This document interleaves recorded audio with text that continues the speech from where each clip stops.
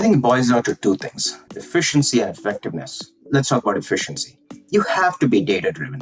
Everything you report on, everything you look at, everything you do, you got to first start with data. The second thing is about effectiveness. Don't do work for the sake of doing work. You absolutely need to be showing results and results that matter. Working with a PE-backed company, you get extremely sharp about those two paradigms, both effectiveness as well as efficiency.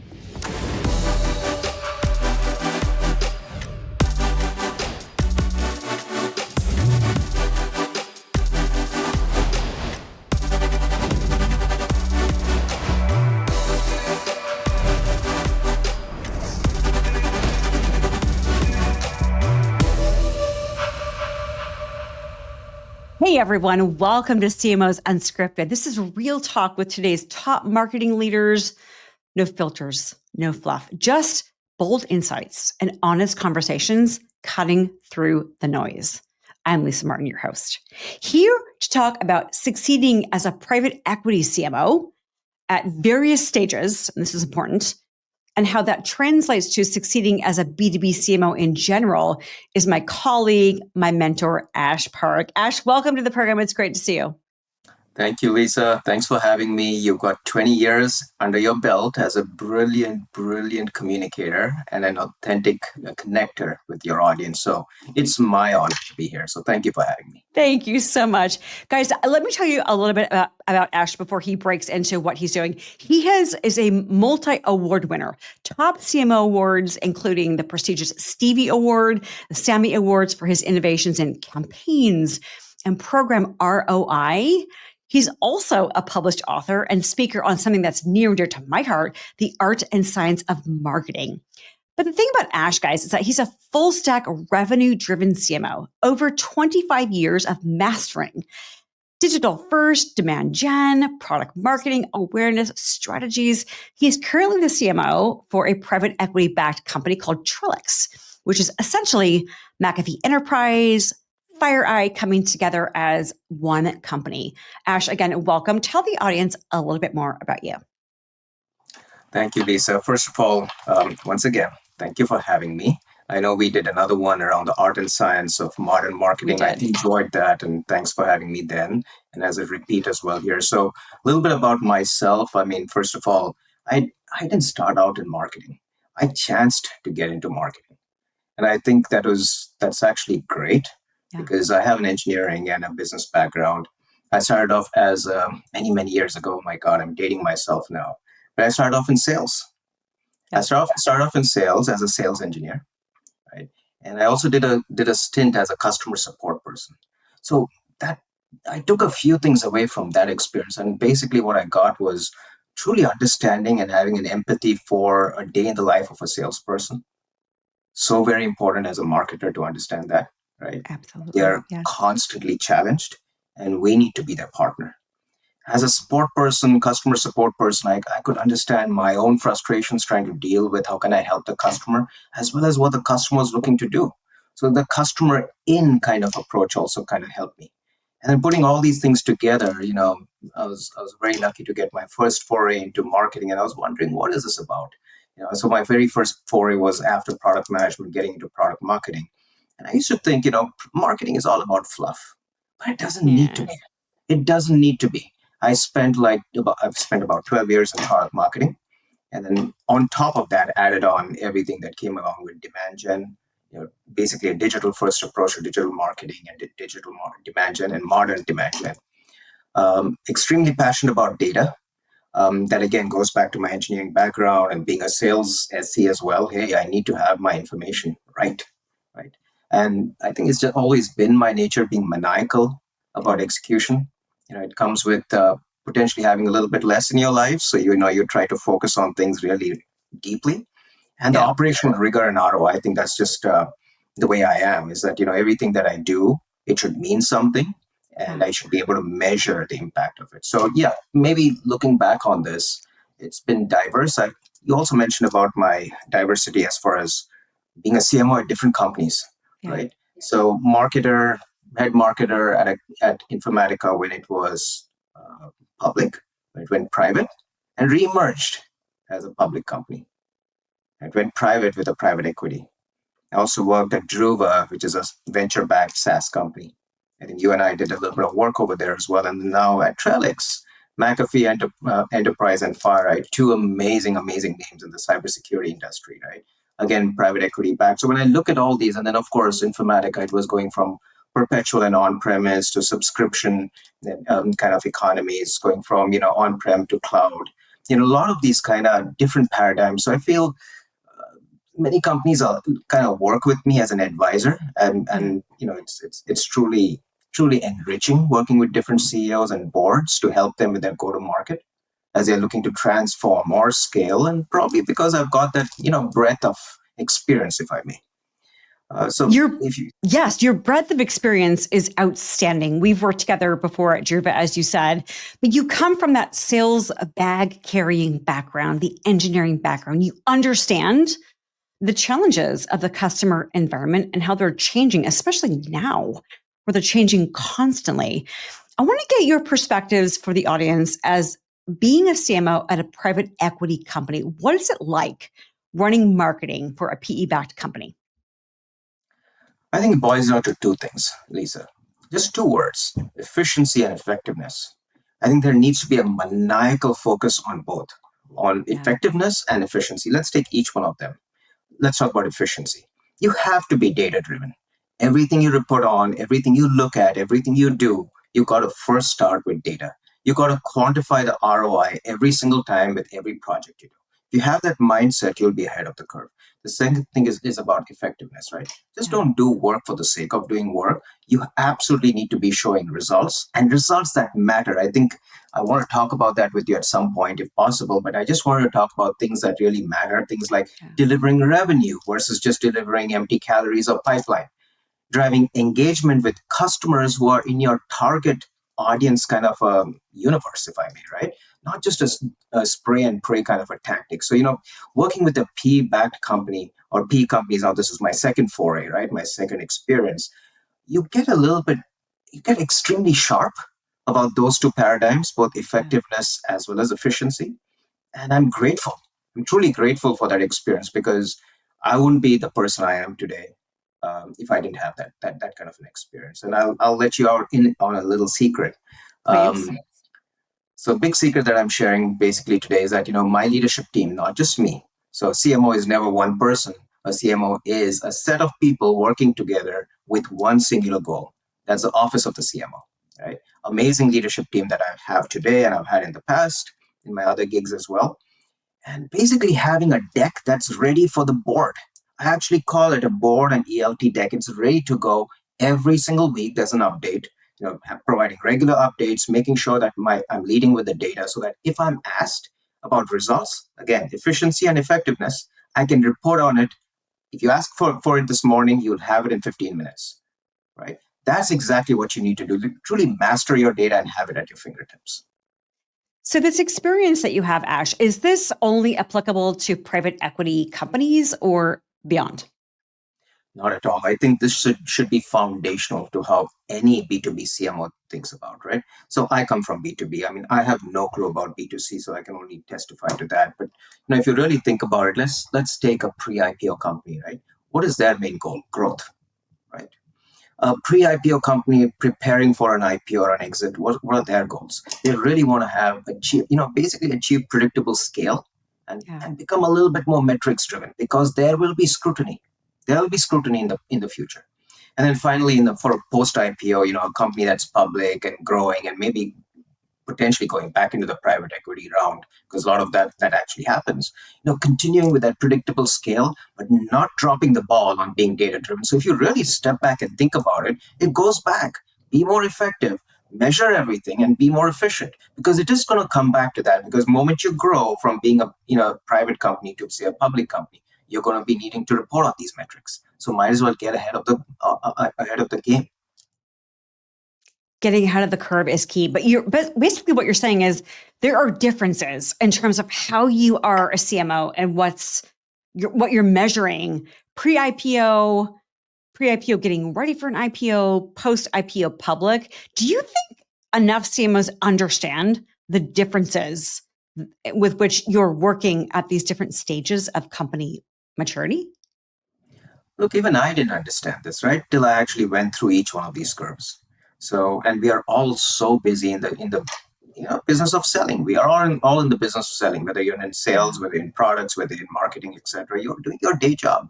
So you don't have a moment to kind of step back and say, hey, listen, this is what happens in a private company, pre-IPO, this is what happens in a post.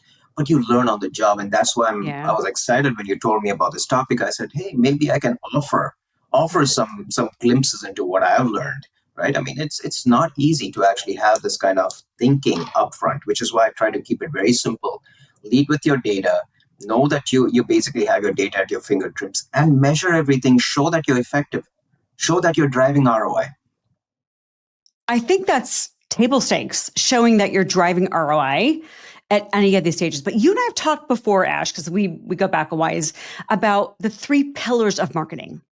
You've talked about these to me before, like product marketing management, demand gen, brand. What are those three pillars, and why are they so foundational, regardless of the stage of the company's maturity? So where did marketing come from? From the ad world. You know that, Lisa. We worked in the industry for a long time, right? Let's get the word out. Let's kind of give that air cover to sales. Let's provide that awareness and the brand association for, from a customer perspective, so that Mm-hmm. when the salesperson goes in front of the customer, hey, I know you. But over time, marketing has truly evolved, and there are three disciplines that I kind of, when I step back, I think about. One is you're really good at product marketing, you're really good at demand gen, or you're really good at brand. And the problem is that because there's a lot of time that you need to spend mastering each of these pillars, Mm-hmm. typically CMOs could probably be a master of one, maybe a master of two, but potentially not a master of all three. So I feel, you have to decide what kind of a company you're in. Like if it's B2B high tech, it's pre-IPO, it's just public, it's growing, and it's very product focused, it's very technology focused. I would put my bet on two things, which is product marketing and demand gen. How do you advise CMOs or prospective CMOs actually become masters of all three, regardless of the maturity of the company? Because it sounds to me like those are three fundamentals. Those are three fundamentals. However, it takes a long time to master all three, as I was Yeah. mentioning. Yeah. So what I've done is, though I wouldn't call myself a master because I'm constantly learning, but at least I'm trying to master the art of Mhm. product marketing, the art of demand gen, modern demand gen, right? Using AI, using modern digital tools and technologies, etc., to drive demand gen. And that's not just field marketing. We'll get into it at some point, but the brand piece of it, like a lot of Yeah. time, especially at PE companies, is wasted on, hey, let's just go do a big brand campaign. That's not what you're trying to do. What you're trying to do is break down the barriers between yourself and a customer who either knows you or knows you in an old context, or you Yeah. need them to actually know you in a new context, right? That's awareness, that's customer engagement. So Mhm. just putting a big little a paintbrush on it and calling it branding, its branding is different from brand perception and brand Okay. awareness. Okay. That's How something that so? CMOs have to understand. Well, How is that different? uh, let's just say this. I mean, are you going to go and put your logo on a Formula One car? Is that the right stage for you Yeah. as being a Yeah. being a company? Maybe it is. Maybe it is not. You need to understand whether that's where the people you're selling to are actually going to make buying decisions about you, or is it a top of the hat? Basically, it's telling the world that, listen, I'm strong enough. I'm from a business perspective, I'm extremely viable, and hence I'm able to sponsor something like an F1 car. So there are Mhm. different messages that you want to kind of put out. But I think for me, the most important thing as a B2B CMO, as a CMO at a private equity backed company, a highly technology focused company, right? Cybersecurity, my buyers are more interested in how I'm driving value to them Yeah. from a brand perspective, how I'm engaging with them. For example, chief information security officers. For me, that is the value of brand, is the perception. And we talked about this when we were at RSAC the other week or so. But one of the things that you've done such a great job of, Ash, is building credibility and trust with a PE board. You talked about kind of some of the differences pre-IPO, getting ready for IPO, post-IPO public company. But talk to us about what does the board of a PE company really want to know from the CMO? Like, why do some CMOs kind of feel it building trust with the board? Trust is currency these days. So we've spoken about two things, right? Two non-negotiables: driving effectiveness, driving Yeah. and measuring effectiveness, driving and measuring impact and efficiency and Yes. ROI, right? Those are the two things. But I feel the things that are not known, and I think that comes with experience, is don't be defensive, be data driven. Yeah. When someone is asking you a question, hey Ash, so why is this campaign not doing so well? The very first thing as a CMO you'd probably feel is, no, but it was designed right. I did all the right things. Hey, look at the amount of pipeline I built, or the number of people that attended this, but where did it go? Where were the offers? What was the call to action? Yeah. Who exactly were you targeting? Right? So be a little bit more humble and be less defensive, be more data driven, because at the end of the day, everyone's trying to get it right. Nobody is against a CMO. Everyone wants to help the CMO, but the CMO also has to step up and show that proof for what exactly is working and what is not working as well. That's where humility comes in. The second piece is just being focused on the right things. I think we've spoken about empty calories in the past, Lisa. Yeah, we When have. you and I were chatting the other day. MQLs versus AdVats. Think about it. I was a salesperson before. If someone came to me and said, hey, here's pipe, here's MQLs, I wouldn't care. I mean, it could be a little bit of a scan as you're going through, say, a show floor at a trade show, Yeah. right? I don't care about that just because I've given someone some charge keys or whatever that might be. I don't care about it. Yeah. But if you spend No. time with me taking a demo or taking a workshop, now that starts meaning something to me as a sales leader because someone has been qualified by the CMO and the marketing team. So that is that piece of it, right? The third one would be, we spoke about this, you know, rebranding. Yeah. I've often seen, especially at PE companies, CMOs come in and say the very first thing that we should drive is a rebranding exercise, right? It's not about the colors. It's about the content.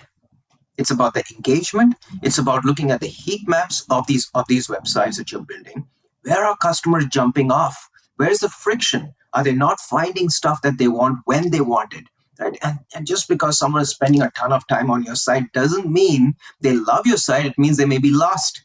They're truly not finding what they want when they want it. Right. So that Right. constant, that approach of, okay, today I have great metrics on my website and conversion, but can you actually think about redoing this in a way where every 6 months, do a bit of a refresh from an optimization perspective and a content perspective, Yeah. not just about the colors. And then the third and fourth thing that I wanted to leave with you is being absolutely aware of the buyer's journey. And that takes intimacy, that takes learning. As a CMO, try to understand that the space that you're in, the products that you're in, and more importantly, spend time with customers. Know how they buy, when they buy, and not. Right? And here's a thought, right? Here's something that's very humbling for all of us in the marketing and the sales area. No customer is ready to buy when you want them to buy. Mm. Only 5%, the stats out there, only 5% of buyers are in the business of buying when you want them to buy, or in the 5%. That's market. it. Only 5%. But during the 95%, they're looking. They're watching vendors. They're looking at how they're evolving. They're watching how you come across with them when they don't need you, Yeah. right? So you got to kind of always keep this in the back of your mind and always keep delivering value to a customer, because you never know, in 6 months they may come back to you. That's a mic drop moment. Always know what's in it for the customer. What's the value? Are they seeing that? What's your recommendation for CMOs who might be a little bit behind the curve in terms of really following and evolving the buyer's journey within their organization so that they can build trust with those customers and prospects that allows them to elevate and build trust with the board? Very simple. A couple things, right? Just this morning, I was looking at a piece of content, and it was very inside out. Hey, we are the best at X, or we are the number one in Y. Think about it as a CMO. If I get an email like that, or if I get a piece of collateral from a vendor like that, do I care? I mean, it's great for you to have that kind of a stat, dear vendor, but what I really care about is how you're helping me. Also know when to connect with me because we're just coming out of a big conference, a big trade show. Imagine the number of emails that are going out to a CISO, to a Chief Information Security Officer. Tons. You want to be buried in that noise. And when you connect with that CISO, what are you offering that person? So know when to connect and how to connect and with what value, right? If it's always about, hey, do this, attend a webinar, take this, download this, you have to give to get. There are certain things that we are doing here at Trellix brilliantly. If you go to our Chief Information Security Officer corner, which is on our homepage, right? It's a nice little button right on top. We are actually giving out a lot of survey and a lot of research for free to the Chief Information Security Officer, almost becoming that trusted partner in a way. Yeah.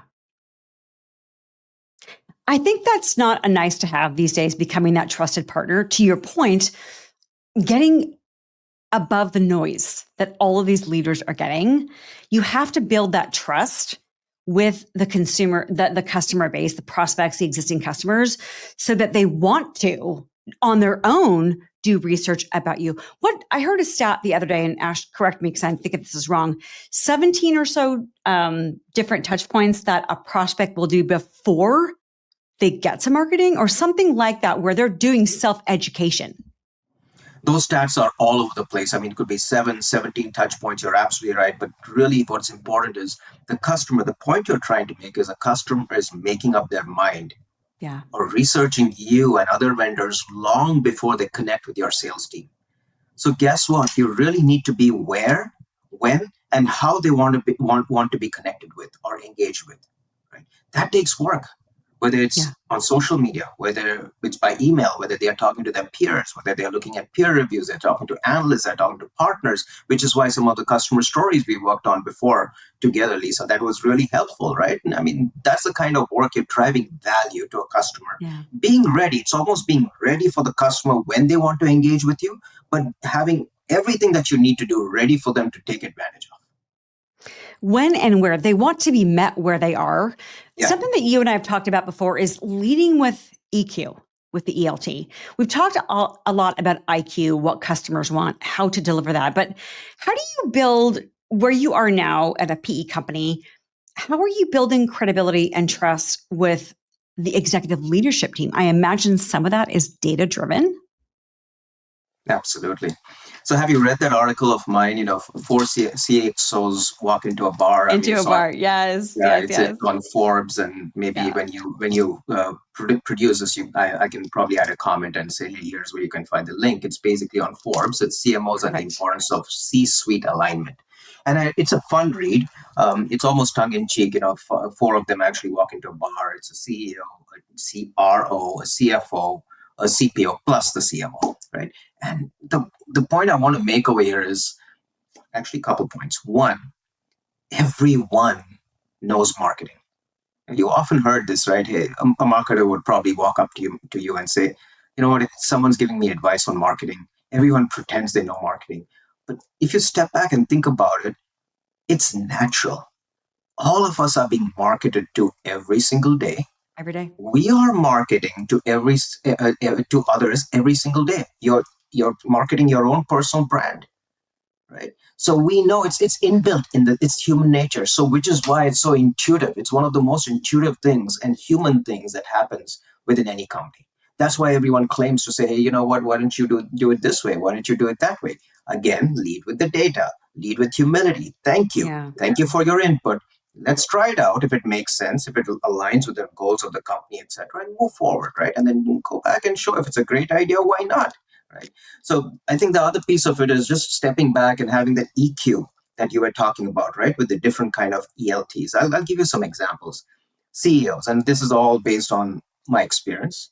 There are a lot of times that I've done things wrong, and which is why I've been able to understand what not to do in the next place.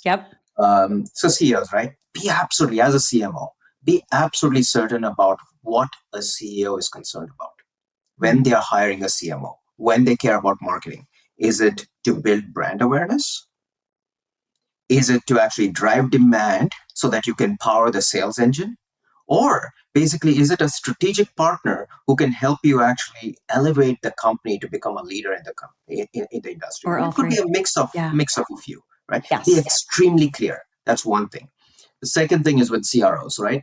A chief revenue officer, what do they care about? They care toots about marketing. Oh, I've run this amazing campaign. Great, good for you.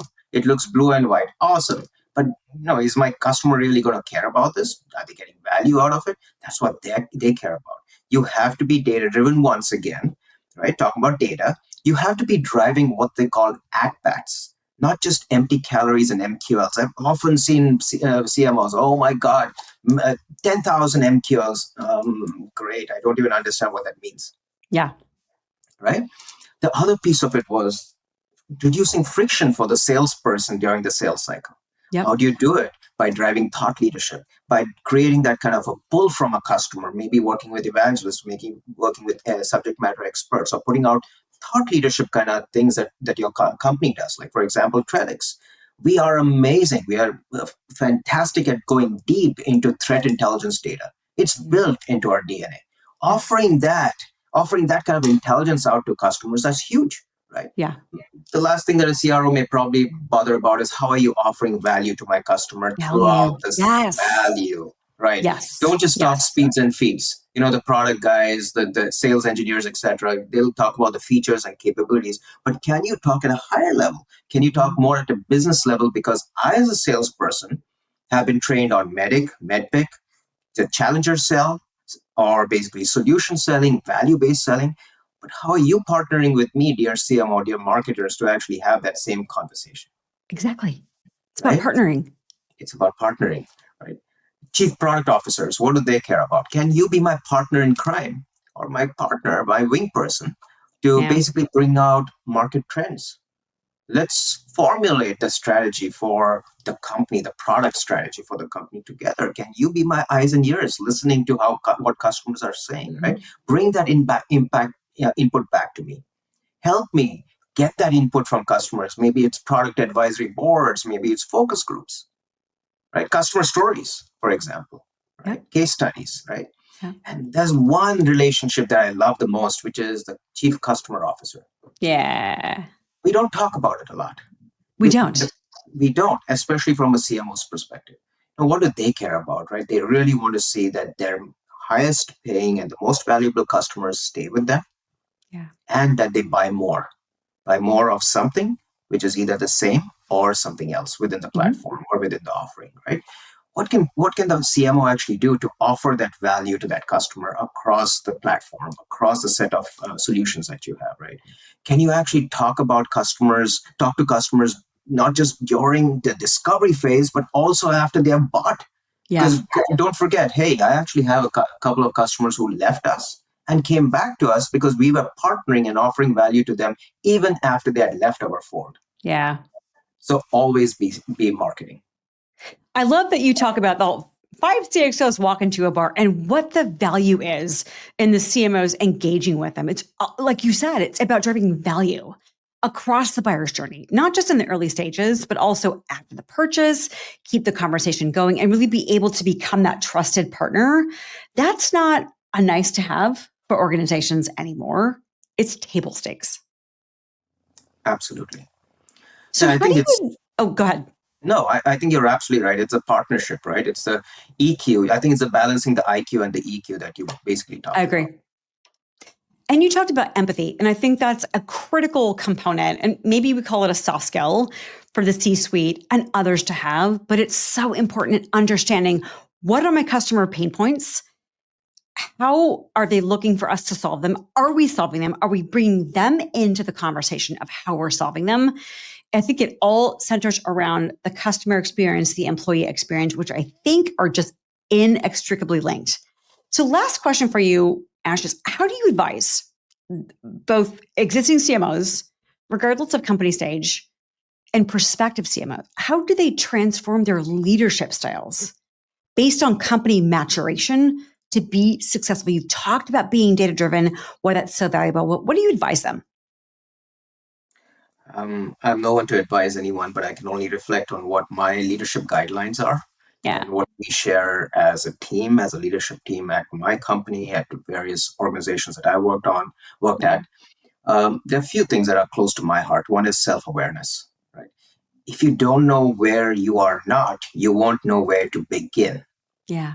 where to begin correcting yourself, begin improving yourself. I think that comes with humility and self-awareness, because you're always the ball's always going to be 10 miles ahead of you, right? You're Yeah. always going to need to catch up. Like now we're talking about Gen AI and marketing. Tomorrow it's Oh, going to be yeah. Oh my something else. gosh. How many Yeah. tools are there in the martech space, right? There's thousands of them, right? Am I a master of all of them? No.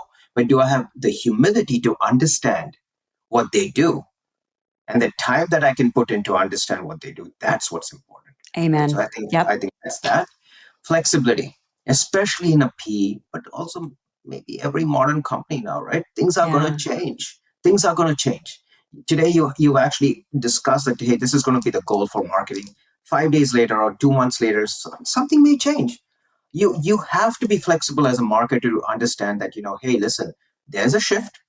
Let's understand what the shift is, and then commit to moving in as a company, as a team, in that direction.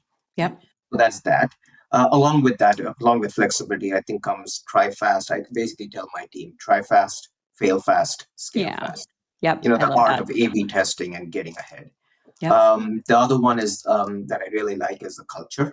You remember we Yeah. talked about being data driven, but if you have a Yes. growth mindset and a data driven culture, even your product marketer will start asking questions like, how many people came to my page? Are they the right personas? Where did they stop? Did they have a problem? Did they not get the demo that they wanted to see? Right? These are the kind of questions that can come up if you Yep. have that kind of growth minded culture. Right? Yes.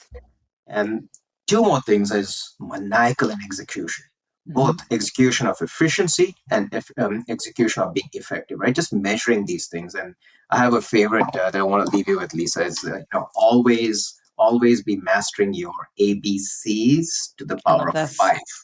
Yes. Share Always that be with the selling, audience. but there's ABC to the power of five. So that's what. Are you going to ask me what that means?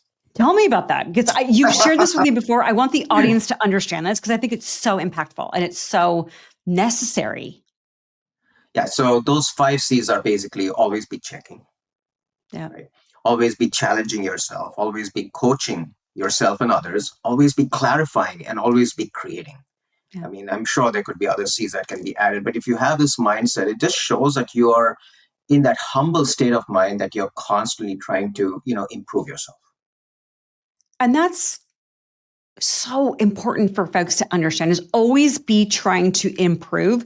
You mentioned the 5 C's, ABC to the power of five: checking, challenging, coaching, clarifying, creating.